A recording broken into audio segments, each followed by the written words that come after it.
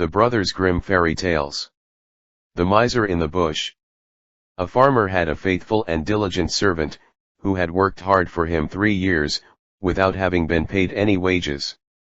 At last it came into the man's head that he would not go on thus without pay any longer, so he went to his master, and said, "I have worked hard for you a long time, I will trust to you to give me what I deserve to have for my trouble." The farmer was a sad miser, and knew that his man was very simple-hearted, so he took out 3 pence, and gave him for every year's service a penny. The poor fellow thought it was a great deal of money to have, and said to himself, "Why should I work hard, and live here on bad fare any longer? I can now travel into the wide world, and make myself merry." With that he put his money into his purse, and set out, roaming over hill and valley. As he jogged along over the fields, singing and dancing, a little dwarf met him, and asked him what made him so merry. "Why, what should make me downhearted?" said he. "I am sound in health and rich in purse, what should I care for? I have saved up my 3 years' earnings and have it all safe in my pocket." "How much may it come to?" said the little man. "Full 3 pence," replied the countryman. "I wish you would give them to me," said the other, "I am very poor." Then the man pitied him, and gave him all he had, and the little dwarf said in return, "As you have such a kind honest heart, I will grant you 3 wishes, one for every penny, so choose whatever you like." Then the countryman rejoiced at his good luck, and said, "I like many things better than money.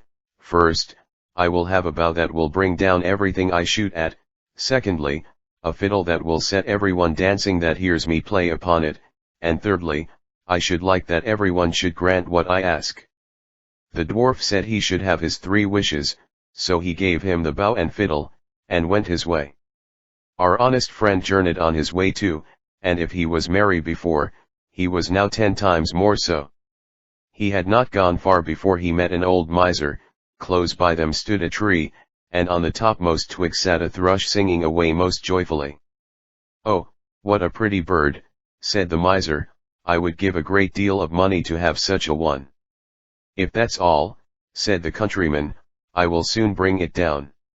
Then he took up his bow, and down fell the thrush into the bushes at the foot of the tree. The miser crept into the bush to find it, but directly he had got into the middle, his companion took up his fiddle and played away, and the miser began to dance and spring about, capering higher and higher in the air. The thorns soon began to tear his clothes till they all hung in rags about him, and he himself was all scratched and wounded, so that the blood ran down. "Oh, for heaven's sake," cried the miser, "Master, master, pray let the fiddle alone. What have I done to deserve this?" "Thou hast shaved many a poor soul close enough," said the other, "thou art only meeting thy reward." So he played up another tune. Then the miser began to beg and promise, and offered money for his liberty, but he did not come up to the musician's price for some time, and he danced him along brisker and brisker, and the miser bid higher and higher, till at last he offered a round 100 of florins that he had in his purse, and had just gained by cheating some poor fellow. When the countryman saw so much money, he said, "I will agree to your proposal." So he took the purse, put up his fiddle, and travelled on very pleased with his bargain. Meanwhile the miser crept out of the bush half naked and in a piteous plight, and began to ponder how he should take his revenge, and serve his late companion some trick. At last he went to the judge, and complained that a rascal had robbed him of his money, and beaten him into the bargain, and that the fellow who did it carried a bow at his back and a fiddle hung round his neck. Then the judge sent out his officers to bring up the accused wherever they should find him, and he was soon caught and brought up to be tried. The miser began to tell his tale, and said he had been robbed of his money.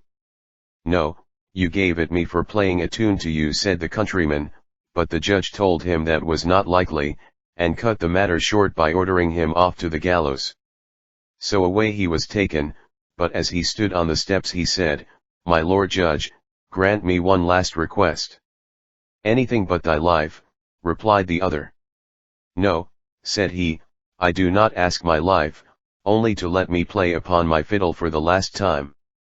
The miser cried out, "Oh, no, no, for heaven's sake don't listen to him, don't listen to him." But the judge said, "It is only this once, he will soon have done." The fact was, he could not refuse the request, on account of the dwarf's third gift. Then the miser said, bind me fast, for pity's sake."